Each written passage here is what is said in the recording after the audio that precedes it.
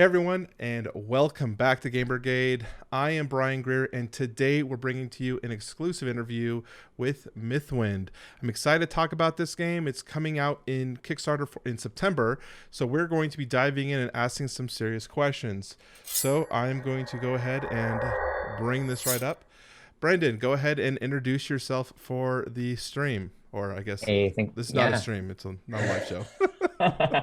Well, hey, thanks for having me, Brian. This is great. Yeah, my name is Brendan. I live here in Canada near the West Coast. And I've been a game developer for the past couple years. Worked on a couple of games. The last one on Kickstarter was Stars of Ikarios, kind of a big old sci-fi box, and working on a couple more games coming up. And the one in the fall is called Mythwind, and I think that's what we're chatting about. So hey, excited to be here. Yeah, so Mythwind is exciting to me because of the different types of mechanics you guys are kind of talking about for this game. It sounds like it's an asymmetrical game, but you're going to with like asymmetrical roles, but Mhm. with a centerpiece with the town. Can Yeah. you talk a little bit about what that means in terms of the scope and what kind of mechanics we can expect? Yeah, so I think maybe even before getting there, and speaking about those mechanics, like the idea of Mythwind, like I love cooperative games, and I play most of my board games, although it seems less now, but I play most of my board games with my wife, and we're big into like big campaign experiences, whether it's like Gloomhaven or Pandemic Legacy. We're playing through My City right now, and so like we love these experiences, but I've also kind of loved video games like Stardew Valley or Animal Crossing or Harvest Moon, where you get like this real chill vibe, and there's not necessarily like pressure to like kill bad guys or whatever. It's all just about like building and progressing and Yeah. discovery. And and honestly, that kind of feeling is like, man, I don't know if that's been in a big box cooperative game. And so I was like, okay, hey, can we capture that feeling and into a board game form and take advantage of all the great things that board games have, and then have this cooperative experience where your vibe is, yeah, you take on a unique role, right? So you might be the farmer, I might be the crafter or trader, and you have your own way of doing things and progressing. But the whole setting of Mythwind is that you've kind of been ushered into this magical valley, and you're part of this group of pioneers, really, where you're building this new town in a magical valley. So you all have like your separate role, but you all contribute to the town. What you mentioned is kind of the Yeah. centerpiece of the game, and so you're all kind of helping raise up these buildings, increase the town's resources, and kind of discover the world around it too. Yeah, so the description on Board Game Geek was kind of talking about you guys have been led to this valley by some sprites. They're kind of some magical creatures that are guiding you there, and then you are kind of building up this town. Um, what I was really kind of interested in terms of the gameplay aspect is you talked about in the last live stream you did the farmer. The farmer does some polyonimo like mechanics, right? But then maybe another character might have deck building or worker placement actions. How are you guys coming up with these different sections for each one? And is it going to have a very thematic feel, or are you more looking for like a gameplay mechanics?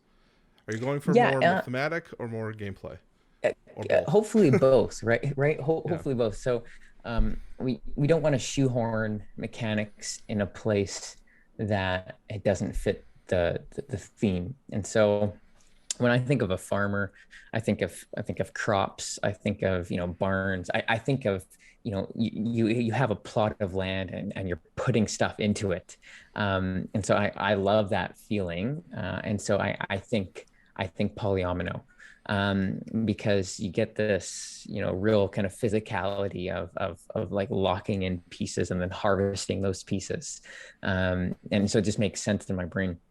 The crafter, which we're going to talk about either, I guess, this week or next week, on our live stream, is all about creating goods and really upgrading those goods and selling those goods. And so they want to kind of hone in on their trade and on their craft. And so their central mechanic is actually bag building.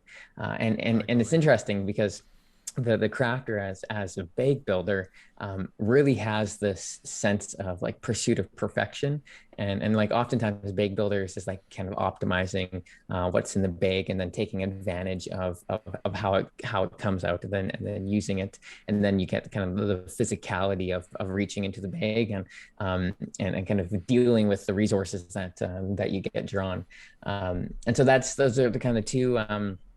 Another one that's coming is the Woodsman. I haven't talked too much about this guy yet, but the idea behind the Woodsman, and there's a lot of like great board games out there, and so you don't have to look too far for inspiration. But like I love the feeling. I don't know if you're familiar with Great Western Trail. Yep. But where you kind of you do this loop, right? Great Western Trail is all about doing a loop. You start at the beginning and you kind of get stuff along the way, and then you deposit it off. And what we're going to do with the Woodsman is this idea, like when you're in town, you're kind of you're getting resources, you're getting the supplies you need, and then you actually leave town for a number of days, and you kind of do this loop in a sense through the forest, and you're interacting with different actions, and there's dangers in the forest, and you're getting goods along the way and all these different things, and then you come back to town, load your goods, sell them, level up your character, maybe unlock some new skills, and go back at it. And so, we want to make sure that the mechanics are tied closely to the feel of the game. So one of the ways the description sounds like, and the way you're explaining, and I don't know if this was an intention for you guys in terms of feeling this way, but it really reminds me of Root in the sense of very asymmetrical creatures. Yep. And I don't know, maybe it's also the whimsical setting that you guys have does play into that kind of space that Leader Games uses. Was that an influence for you guys into that, that space? 100%. I might even shamelessly talk about cooperative Root esque in some of my early dev diaries, just because I think it's nice to have like a point of reference for people, because the asymmetry that Root brings is really strong, even though you're all kind of interacting in the same play area. We have that same asymmetry, but we remove the tension of fighting with one another, right? The conflict. So how does the I know in the last interview you talked about, you didn't really dive into this much. You talk about that the game will almost have a legacy implement that the things you're doing carry forward through your play sessions. And so maybe if you're playing the farmer this time, next play session I want to play the trader, but the actions maybe of the farmer are influencing the town. Is that accurate? Is that correct? Yes. So in a way, that's the one part I don't understand much. So is this legacy element? It's kind of interesting, and I've been thinking about this a lot, because I think we're doing a couple of new things in board game space, and maybe I'm just naive and I'm not familiar. But a part of my challenge now is, communicating these things in a clear way. And so it's going to be much easier to communicate with pictures and stuff. But 1 second here, I'm just going to grab a prototype from Stars of Icarius while I'm at it. But there's kind of two ways we're doing this.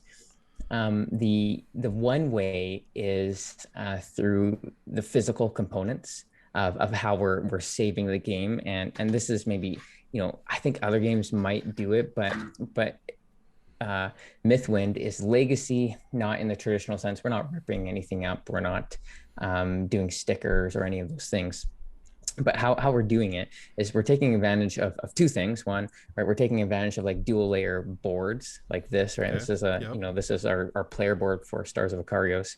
Yep. And if you can't see, there's like these wonderful kind of slots that all your cards and upgrades and everything goes in. So it's like really slick, right? That's pretty popular in the board game space. And then, also pretty popular in board game space are like player trays, right? You can kind of store all your goods and whatnot. So what we're doing in Mythwind is we're combining the player boards with the trays, having them kind of sit on top, store all of the player's stuff, and then having a lid that snaps shut the player's state at the end of each Kind of play reminds me session. of man, I can't remember. There's several games that have done that where your player state is saved in the Yes. game. Are you guys using game trays, or is there a company that you're Yeah. doing No. Yeah. to Yeah. partner? So game trace. Yeah, And so that's exactly what's happening, right? So that you get this like save state, so that whatever progress you have with the farmer, you can snap it shut. You can even pull out the crafter and go for it, or you can just pick them up the next time, because we don't have like a set like how long you should play, because each turn is an in-game day and stuff happens over days, so you can play as many days as you want. And we have the same kind of mechanic. So each player board uh, has that kind of system, but then we also have that system with our town. So the town board is kind of resting in these trays, and it's going to snap shut. It's going to lock in place all the buildings and all the stuff. And so how the players interact with the town, it's primarily through raising the town's economy and building buildings. And then also the town's kind of like the communal space. And so it's the vehicle for the story, and for any adventures that you take. So a lot of the actions that you take in town will kind of boost the influence of the town, or will shape the story. And that's how players kind of interact with it. so this game kind of is sounding like a term we like to use in my Discord, a kitchen sink game, where you literally have everything in the kitchen sink because you're going to have every type of mechanic, and so it could hit a lot of different types of player people. If you like polyomino, if you like bag building, if you like RPG elements, because you do list RPG elements, which was my next question. Mm. Where are these RPG elements, and how do they play into the gameplay mechanics and storyline? Yeah. So I think the greatest thing about campaign games, um, is well, there's two things when I think of RPG, and the reason why I listed one is kind of like an emergent story that comes through, right? So there's an element of that, but two, I think the thing that people think about is player progression.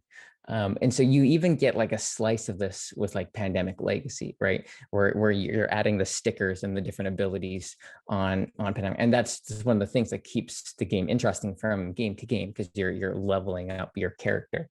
And in the same way, Mythwind offers players the ability to level up their character, and so you gain skills throughout, and the more skills, there's kind of like these tech. Oh, sorry.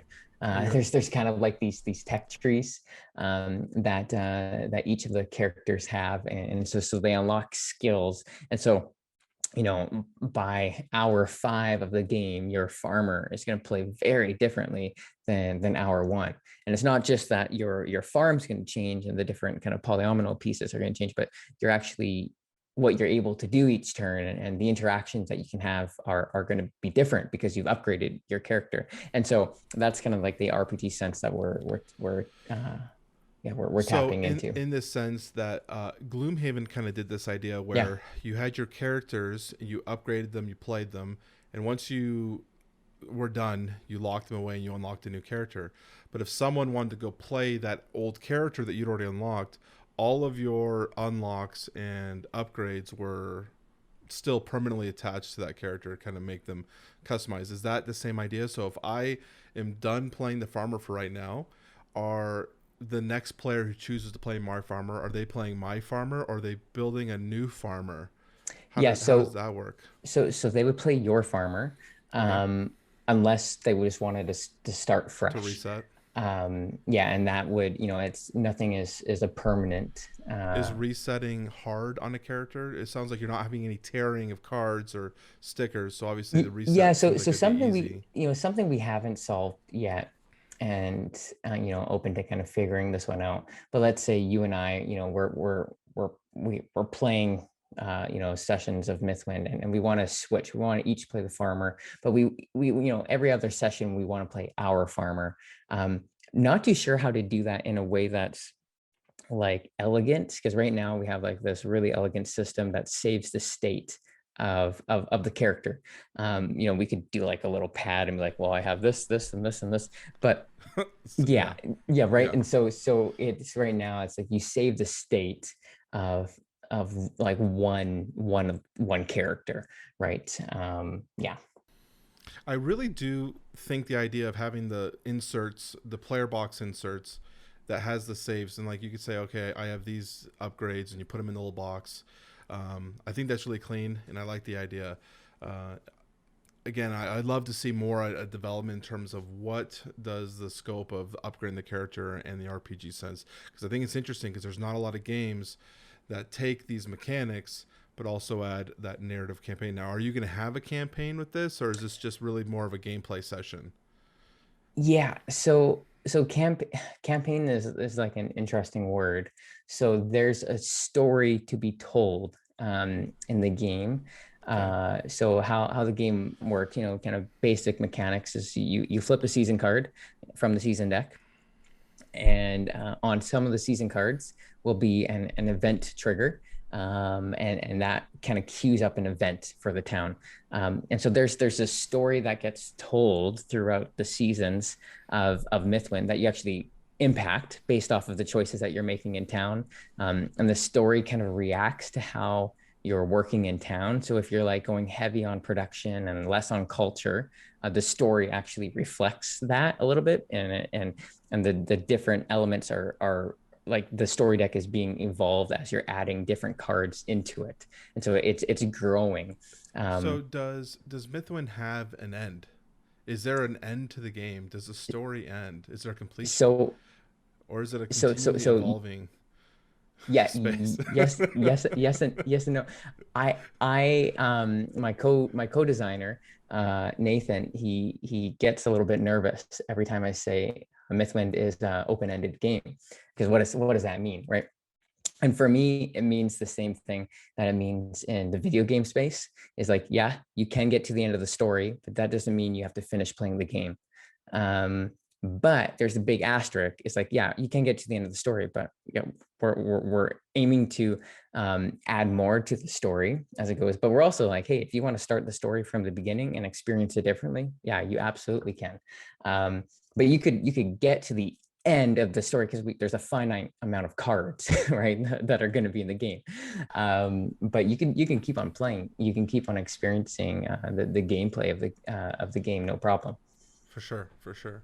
So one of the questions I had is Root, obviously with their original launch with their asymmetrical space, had 4 playable characters in the core box. Is that something you guys are going to aim for, or what would your ideal core box be for someone who's looking to pick up this game? Yeah. So it might be a little bit different, because Okay. of what we're doing and I think we're going to do 2 boxes, each Two with two. cores, two separate cores, Well, no, or no, no. So kind of one core box with okay, the okay, town and 2 roles, and then another box with 2 more roles. like an That's expansion box, like a Yeah, uh, that's kind of what we're aiming for right now. Just because we want to have the entry point for the couple, who wants to, or just the solo gamer, right? It's like, yeah, I just want to play the game, to be a nice kind of entry point. But kind of just recognizing that the quantity and quality of what we're doing is, it's not cheap. yeah, for Right, sure. the ability just to pull out a game and play it without any setup. And you mentioned, like, you store the upgrades from the character, and you actually don't. Like, when you get an upgrade, it just stays in your board, like, and Oh so wow. cleaning up is as easy as just snapping a lid on it. And so it's we want to kind of have that experience captured. And so, yeah, we're planning on having 2 boxes, one with the town, one as a add-on expansion. So is this game obviously coming to Kickstarter? Yeah. We're going to have most likely stretch goals associated with a game like this. One question I had then, because another campaign that recently launched earlier this year had the core box, which had a certain amount of factions, and then for players 5 and 6, those are the only ones that included the stretch goals. Because though, so for example, if a player was buying your game and only getting the core box with the two characters, Hmm. any stretch goals that went towards the other factions were going to be pointless to the players who are getting core box. So they only included the Right. stretch goals with the whole package. Is Yeah. that something you have guys thought about and considered how you're going to be handling stretch goals, or what would be Yeah. your best Stretch approach? goals, stretch goals is a weird one. Oh yeah, So and we on it's in Kickstarter love them, even though okay. we know they're fake half the time. Yeah, so that's the thing. They're fun. I love Yeah, stretch goals as a consumer. The developer, uh, it's weird. We're incentivized to not show the complete package on day yeah. one, Yeah, which is a it's like a, weird. it's like three quarters of a game. Here's three quarters of the game. You know, Yeah, it's very and so interesting. It's a very it's a interesting weird space. it's a weird spot to be in because when I go to Kickstarter, when we go to Kickstarter with Mythwind, I don't want to show an incomplete product for either of the things. Not to say we're not going to have stretch goals, but honestly, for me, it's still kind of a work in progress as far as like what I want the stretch goals to look like. Because I'm like, I'm not going to like withhold like So elements from the game that so with I that, want to be in there. yeah. So with that, there are two ideas of thought, and there's a small subset of developers, like Chip Theory Games or Ivy Studios, who instead of adding content that we're kind of withholding, because that's what Hmm. stretch goals sometimes feel like. We're withholding content Yeah, until you get to a point. Their idea is their idea is more of, with more volume we have more space to upgrade because you have yeah, more money, so we're actually going to truly upgrade the actual components, maybe yeah, get thicker cardboard, black cork cardstock, hmm, and actually use the stretch goals not to inflate stuff, because here you could say here's the game, there's not going to be any more gameplay components, but all the stretch goals will be yeah, upgrades to the actual board, make it more of a yeah, deluxe experience. yeah. And I think those are like pretty. Yeah, those are pretty easy, right? We get the quotes. Well, we already have quotes from the manufacturer saying, hey, Yeah, if you do 310 GSM Black Core or whatever it is, right? And you yeah. can see the price difference there. And so yeah, I think that's like a key one.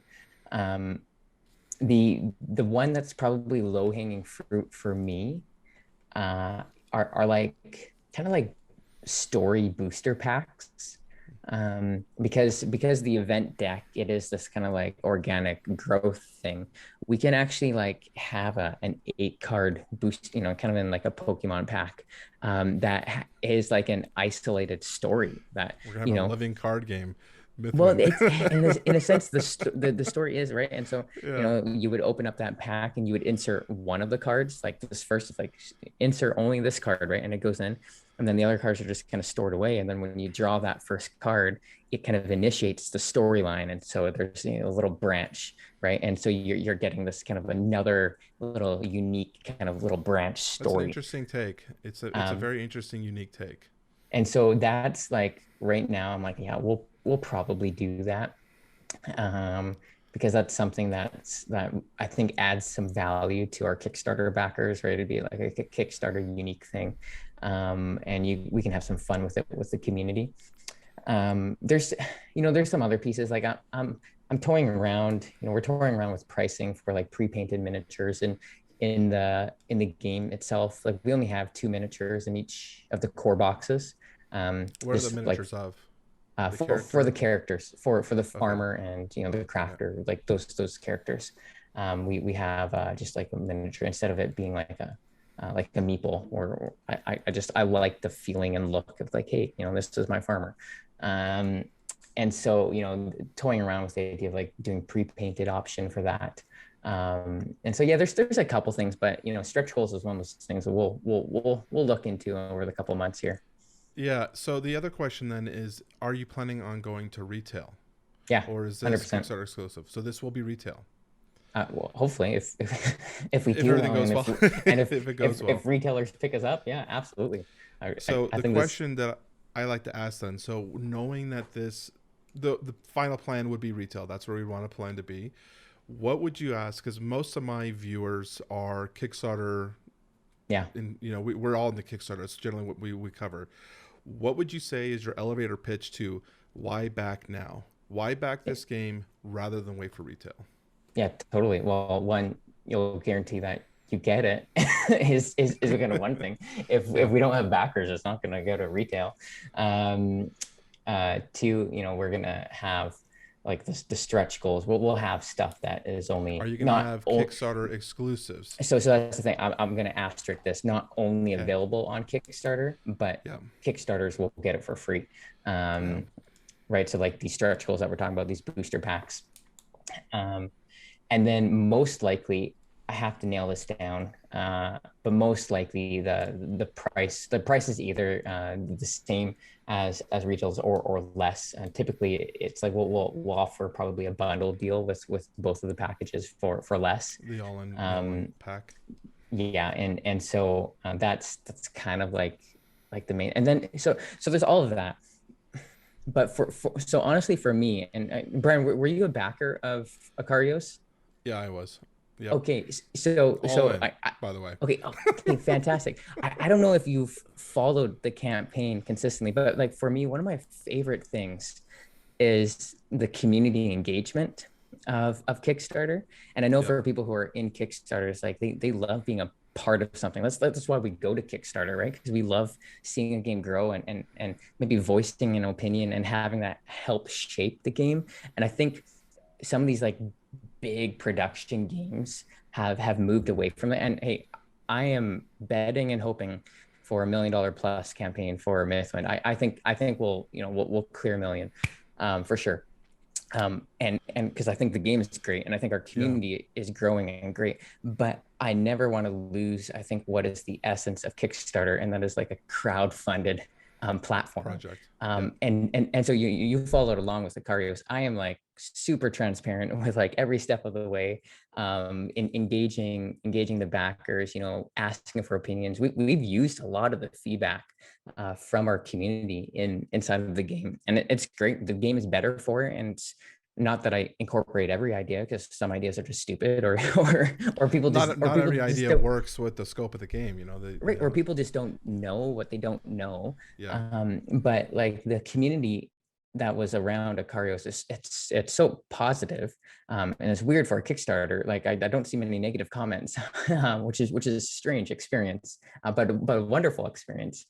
And so for the Kickstarters out, or for the Kickstarter backers out there, it's like, hey, yeah, there's going to be day one incentives and Kickstarter incentives, but I think the real joy of it is like being a part of something and actually like feeling, oh yeah, my thumbprint, my fingerprint is actually on this game in some way.